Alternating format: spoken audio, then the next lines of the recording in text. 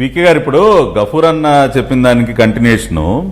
ఇప్పుడు సిచ్యువేషన్ ఎలా ఉందంటే, ఇందాక నేను గౌరవం గురించి దేనికి మాట్లాడానంటే, తెలుగుదేశం పార్టీ పుట్టిందే తెలుగువాడి ఆత్మ గౌరవాన్ని నిలబెట్టడం కోసం. ఆ రోజున ఢిల్లీలో కూర్చున్నటువంటి పెద్దలు వాళ్ళ ఇష్టానుసారం ఆంధ్రప్రదేశ్తో కబడ్డీ ఆడుకుంటా ఉంటే లెక్క చేయకుండా తెలుగువాడి సత్తా ఆత్మగౌరవాన్ని రుచి చూపించారు అన్న ఎన్టీఆర్. నేను అందుకని ఇవాళ కూడా నేనేం చెప్తా ఉన్నా, విశాఖ ఉక్కు ఆంధ్రుల హక్కు, అది తెలుగువాడి ఆత్మ గౌరవానికి సంబంధించిన అంశం సార్. అది పోరాడి సాధించుకున్నాం విశాఖ ఉక్కు ప్లాంట్ ని.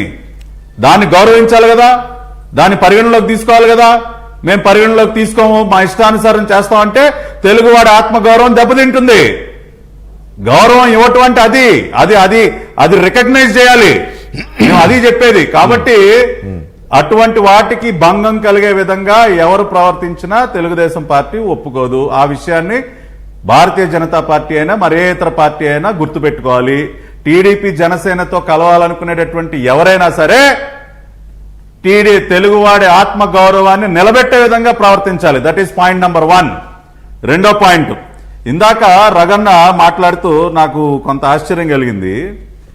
మమ్మల్ని అకాలీదళ్ మోసం చేశారు, శివసేన మోసం చేసింది, కుమారస్వామి మోసం చేశాడు అని చాలా అమాయకంగా మాట్లాడారు. అన్నా, ఒక పక్కన మీరేమో ప్రధాని మోడీ గారిని ఉక్కు మనిషి సర్దార్ వల్లభాయ్ పటేల్తో పోలుస్తారన్నా. Yes, we are proud. ఒక దేశ ప్రధాని బలంగా ఉక్కు మనిషిలాగా ఉండాలని మేము కోరుకుంటాం. అటువంటి వ్యక్తి ఇవాళ వాళ్ళ చేతిలో మోసపోయారు, వీళ్ళ చేతిలో మోసపోయారు, మమ్మల్ని చిన్నపిల్లలను చేసి ఆట ఆడిస్తా ఉన్నారంటే మీ నాయకుడిని మీరే దిగజార్చుకున్నట్టుందన్నా. కాబట్టి ఇవాళ ప్రపంచ దేశాలనే శాసిస్తున్న వ్యక్తి నరేంద్ర మోడీ అని మీరు చాలా గొప్పగా చెప్తారు, మేము కూడా గర్వపడతాం.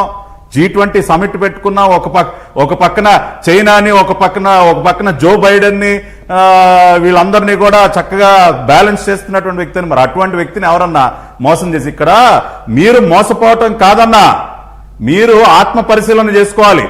మీ వైపు ఉన్నటువంటి కొన్ని లోపాల వల్ల మీకు మిత్రులు దూరం అవుతున్నారన్న మీ విషయాన్ని మీరు అంగీకరించండి.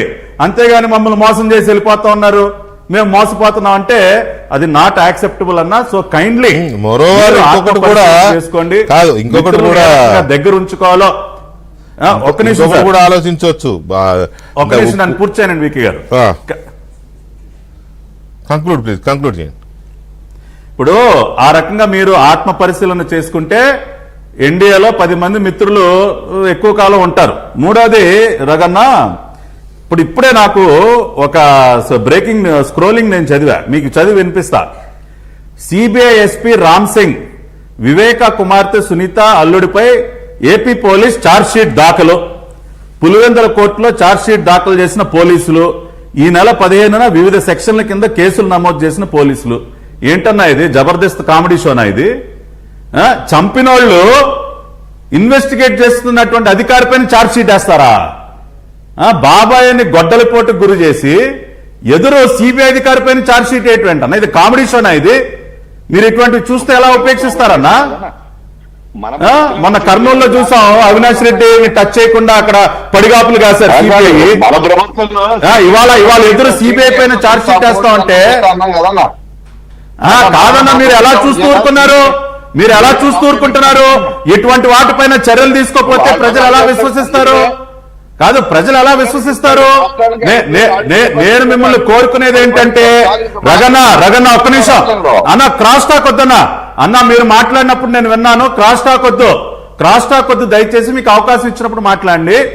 మీరు ఇటువంటివి ఇట్లాగే చూస్తూ కూర్చుంటే ప్రజలు ఏ రకంగా నమ్ముతారు? మీరు ఇవన్నీ కూడా జరగనిస్తే ఆల్రెడీ మీకు జగన్మోహన్ రెడ్డితో పొత్తు ఖరారైపోయిందని ఇప్పుడు గఫూర్ అన్న అంటా ఉన్నారు కదా, అదే నిజం అనుకుంటారు. మీరు వీటన్నిటిని ఇలాగా జరగనిస్తే ఆల్రెడీ బీజేపీ వైఎస్ఆర్సీపీ అలయన్స్ లో ఉన్నాయని అనుకుంటారు. కాబట్టి ఆ ముద్ర నుంచి బయటకు రండి, ఆ ముద్ర చెరిపేసుకునే ప్రయత్నం చేయండి, అది మేము కోరుకునేది. Okay, right. రజనీ గారు, ఇక్కడ ఫైనల్ గా ఎండ్ ఆఫ్ ది డే ఏంటంటే, ఇవాళ అవునన్నా కాదన్నా